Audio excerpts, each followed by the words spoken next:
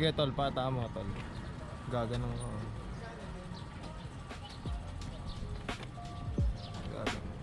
Yeah. Yeah. Yeah. Puro tunay pinakita ko sa lente. Maasa dito pero lente. Nandito kami sa site nagpipictorial ng graduation. Oh. Kita ko sa tropa ko. Lifestyle code. Ang ina mo, James, suntukan tayo.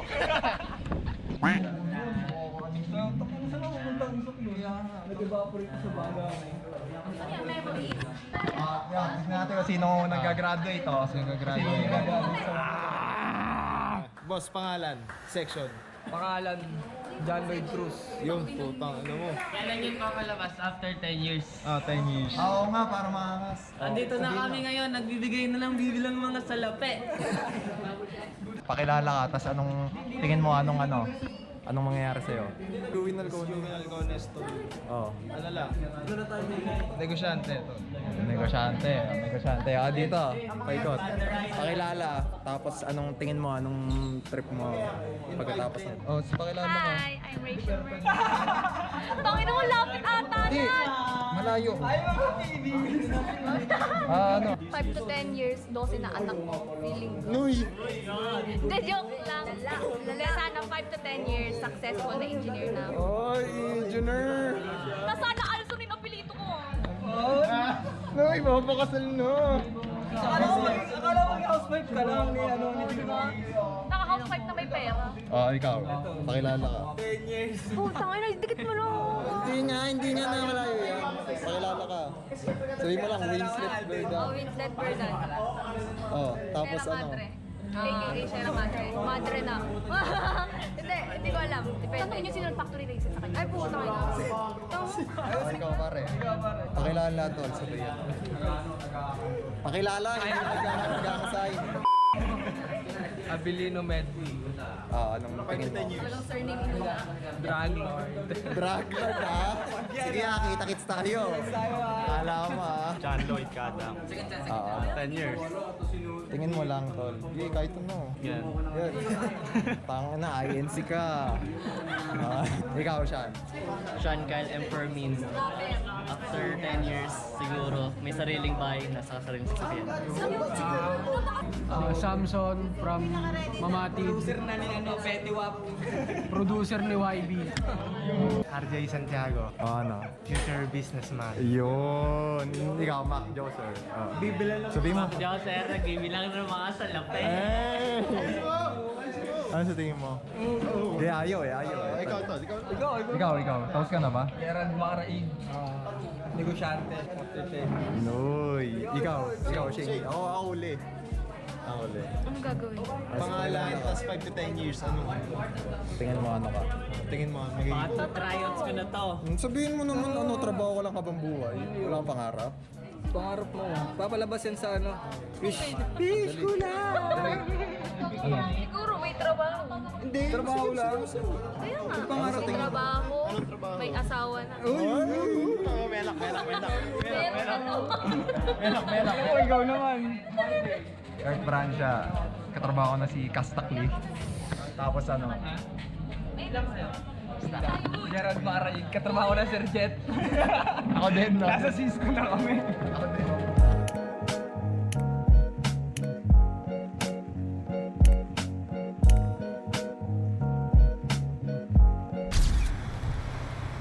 Oh my God. Barong, ya.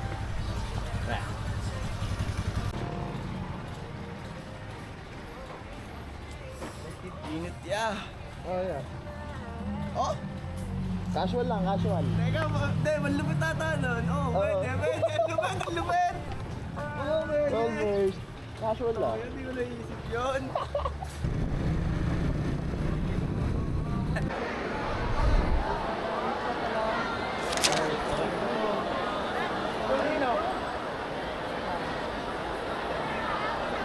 Anong masabi mo ngayon, Tol? Hotdog. Ikaw pare, anong masabi mo ngayon? Tangin na, mangungurap na tayo. Nanakaw tayo ng mga salapi. Okay, anong masabi mo ngayon? Ito yung tinatawag na daily grind. masabi mo ngayon, pre? Ano masabi mo ngayon? Ready na ako kumain niya. Kaya ko sa akin na pag ilang balik ako dyan. Ang agenda namin ngayon, Ano? titirahan namin yung mga pagkain. Yan. Kasi tol, kumbaga sa makina, crudo lang ang ikarga, babiyahin na. Wala pa ako. Nakakaya, gago. Sir, Uy, ano masabi nyo ngayon, sir? ay yung action camera nyo. Oo, sir. Ano masabi nyo ngayon, sir? Congrats sa inyo guys. Thank you, sir. Naiiyak ako, sir. Nakakainis. Sino maka na maganda yung trabaho? So ayun guys, wala kaming nakita ng ano. Ayaw buksan yung mga pagkain nila. Sige, check mo na ngayon. Pare, 1.350. 1.350 ang sabi. Wait lang, susukat ko lang. Bagay ba? Santos lang pre, Cartier Santos, 1.450. 1.450, last price. Patingin kung bagay. Last price. Ba't doon gawang nakalagay? Ano yung dugkat,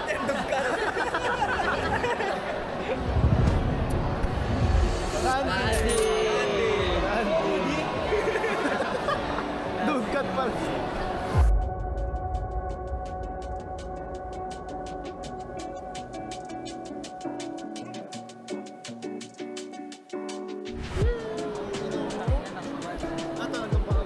Kasi ikaw na bumalik eh.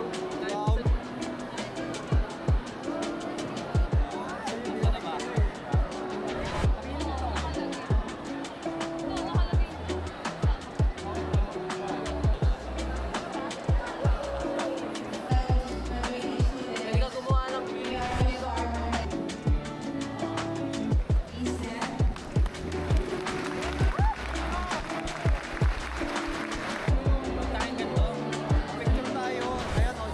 Ano sabi mo ngayon? Okay lang. Ito si madam. Ito ang madam nyo ngayon. Yan talaga. Wow!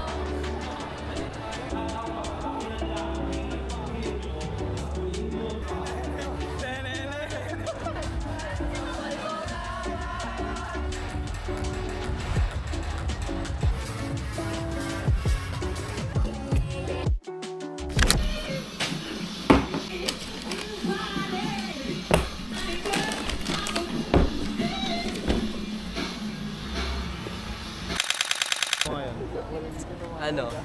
Hulas na yung makeup ko. Ikaw, parang nasabi mo. Yes sir. Goes first, go! Ito na tol. Ito na, di ka pa Ito na. Ito na.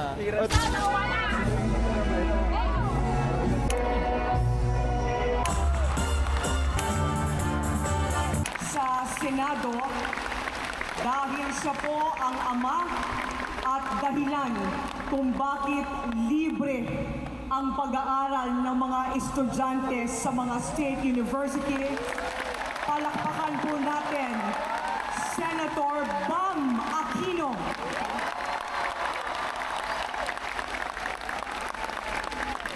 Sa lahat po ng mga magulang na nandito ngayon, sa lahat ng mga guro, magandang umaga po sa inyong lahat.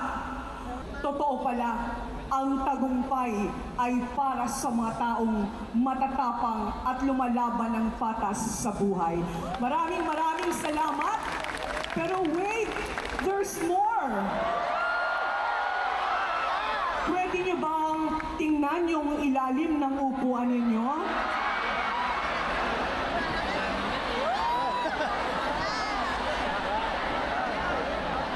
Pwede bang makita kung sino nakakita ng sticker ng congratulations? Baka ako yun ah. Ayun! Meron! Pinasok po ang mga upuan sa mga oras na ito.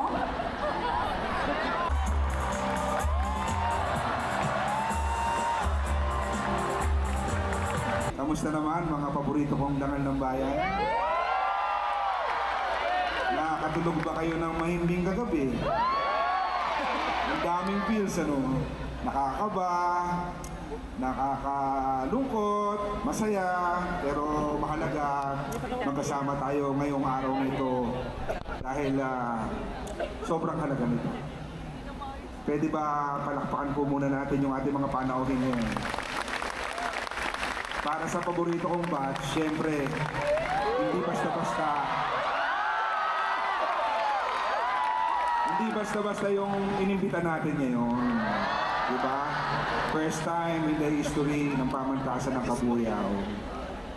Kasama natin ngayon ang dahilan kung bakit libre ang inyong edukasyon, si Senador Bamaki.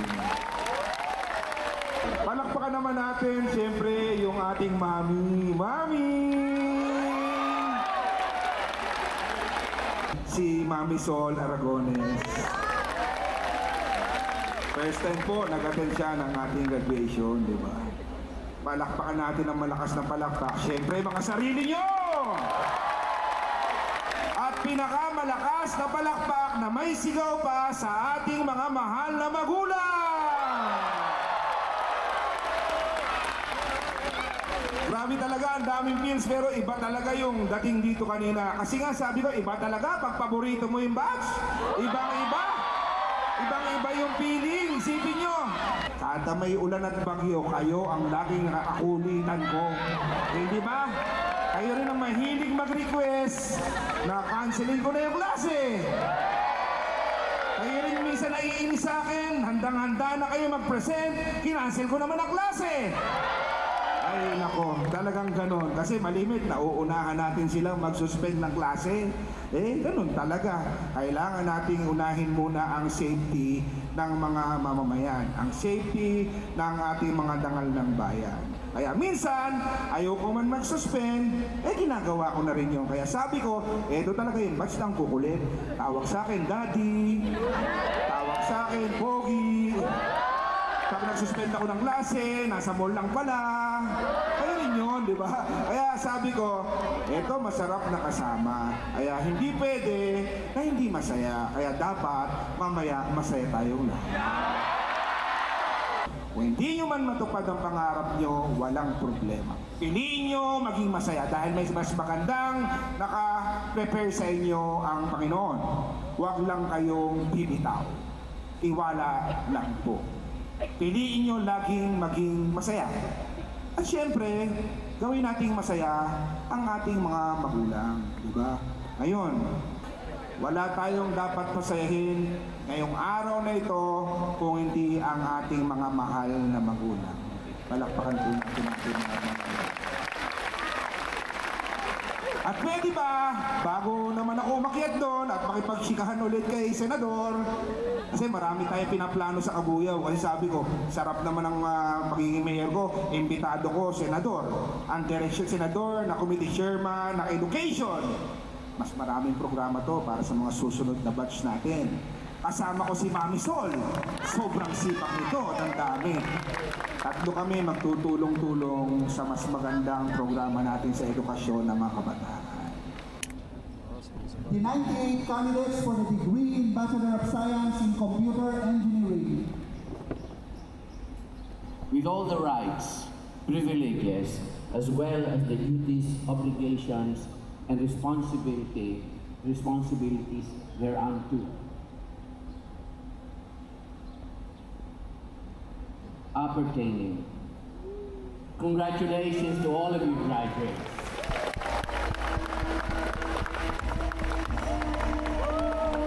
Isa pong araw ng tagumpay, hindi lang ng mga kabataan, pero pati rin po ng mga magulang. Kaya sa araw pong ito, malalim po ang aking, taus-puso po ang aking pagbati sa lahat sa inyo. Pero bago po ang aking mensahe, meron po akong request. Pwede po ba lahat ng graduate tumayo? Pakihanap ang ating mga magulang, ang ating mga guardian, lolo at lola, kapatid, ang mga minamahal. Pwedeng kawayan po ninyo. Pakismile, pakibati, at sabay-sabay po nating palakpakan ang ating mga magulang. Malalim at matindi ang sakripisyo ng mga kabataan, ganoon din po ang sakripisyo ng ating mga guro. Sabi nga po nila, ang mga guro sa Pilipinas, overworked and underpaid.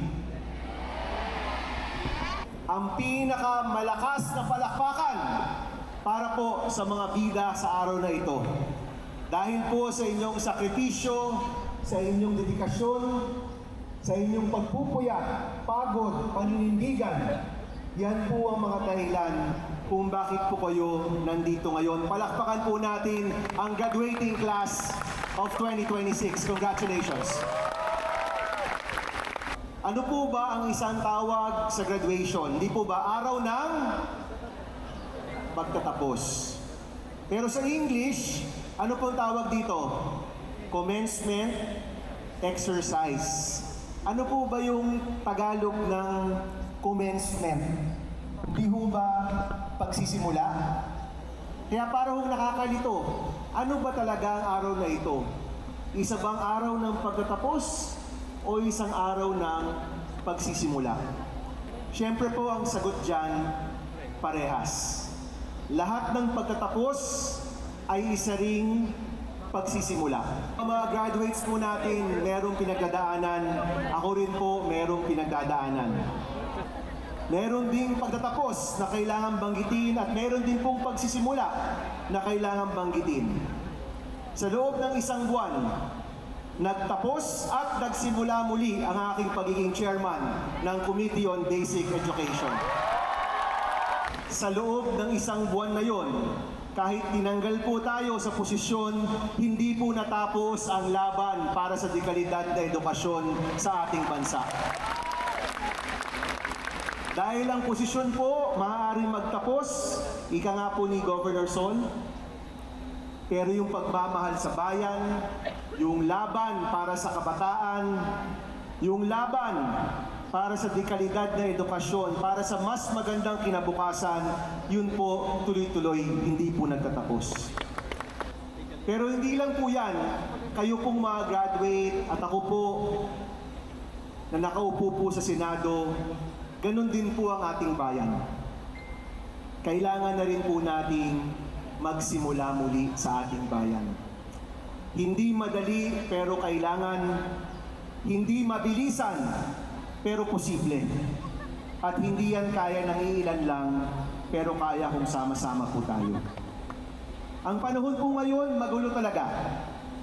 Huwag na po tayong lumayo. Nung nakaraang buwan lang po sa Senado, hindi lang po nagkaroon ng pagbabago ng liderato, nagkaroon din po ng habulan, nagkaroon ng lockdown, nagkaroon ng putukan, nagkaroon ng samaan ng loob, nagkaroon ng hamunan, nagkaroon ulit ng bagong pagbabago ng liderato. Ang rami pong nangyari at alam ko po marami sa inyo nanonood. Tama? Marami hong nanonood pero wala po atang natutuwa. Dahil po sa politika, nabalot ng dahas ang isa sa pinakamahalagang institusyon sa ating demokrasya. Sa atin naman pong bansa, ang krisis sa ekonomiya at trabaho ay talagang nakapagpapabigat ng loob. Marami po sa atin dito, kundi po lahat sa atin dito, ramdam na ramdam ang bigat ng panahon. Ang presyo ng bigas, presyo ng pagkain, presyo ng diesel at gasolina, presyo ng bilihin, tuloy-tuloy po yung pagtaas. At alam ko po, ang mga graduates sa araw na ito, iniisip na saan tayo magtatrabaho. Ramdam po ito ng lahat ng graduate po dito. Ramdam ito ng mga magulang na kahit ano pang kayod, parang kulang pa rin ang kinikita. At habang hirap ang napakaraming Pilipino, patuloy pa rin nating naririnig ang mga issue ng perang nawawala sa kaban ng bayan. Mga skandalo ng korupsyon na hanggang ngayon wala pa ring resolusyon. May mga bagay na dapat nang tapusin at may mga bagay na dapat nang simulan. Una po, tapusin na ang pagnanakaw sa bayan. Bawat pisong nawawala sa korupsyon ay pisong nawawala sa kabataan. Pisong nawawala sa paaralan. Pisong nawawala sa ospital, sa trabaho, sa kinabukasan ng bawat pamilyang Pilipino. Hindi dapat napupunta sa bulsa ng ilan ang perang pinaghirapan ng taong bayan. Dahil kapag ang ekonomiya po natin mas tapat, mas maraming trabaho, mas maganda ang kita, mas may suporta sa mga nagnegosyo at manggagawa. Yan po ang kailangan nating tapusin na. Isang ekonomiya na hindi patas, hindi makatarungan at para sa iilan lang. Nung kabataan po namin, parang pangarap lang yung libreng kolehiyo. Ngayon po, totoo na. Ibig sabihin po noon, ang pinaka-importanteng reforma sa ating bansa, kayang gawin kung seseryosohin lang, kung pupondohan lang, kung gagawin talaga at bibigyan ng tamang pansin at tamang atensyon, ang pinakamahalagang reforma, kayang gawin sa ating bansa. Kaya kami po, habang nandun po kami sa Senado, habang kami po ang chairman ng edukasyon, sisikapin po natin kung tama ang pagtulong sa kabataan, ang buong bansa umaangat, ang buong bansa tumataas. Ito po yung Pilipinas na kailangan po nating simulan. Isang Pilipinas na tunay na para sa Pilipino. Isang Pilipinas kung saan ang kabataan hindi lang sinasabihang pag-asa kayo ng bayan, kung hindi binibigyan talaga ng pagkakataong maging bahagi ng pag-angat ng ating bansa. Ito po yung aking panghuling mensahe. Mahalaga ang boses ninyo. Huwag na huwag kayong tatahimik. Mahalaga ang inyong partisipasyon. Ang pagbabago nasa kamay ninyo. Mahalaga ang inyong pangarap. Ipaglaban natin. Sa mga graduates, muli po, isang taus-pusong pagbati. Congratulations po sa bawat isa sa inyo. Congratulations sa mga magulang po dito. Mas masaya po ngayon dito po sa Kabuyao kaysa doon po sa Senado, sa totoo lang.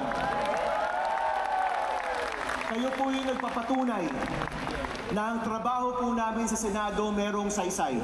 Ang araw na ito ay hindi lang katapusan, ito po ay isang hakbang tungo sa isang mas magandang pagsisimula. Para po sa inyong sarili, para po sa inyong pamilya, para po sa Kabuyao, at para po sa minamahal nating bansang Pilipinas. Muli po, congratulations to all of our graduates. Mabuhay po kayo, mabuhay ang kabataang Pilipino at maraming salamat po. Thank you very much. Magandang araw po.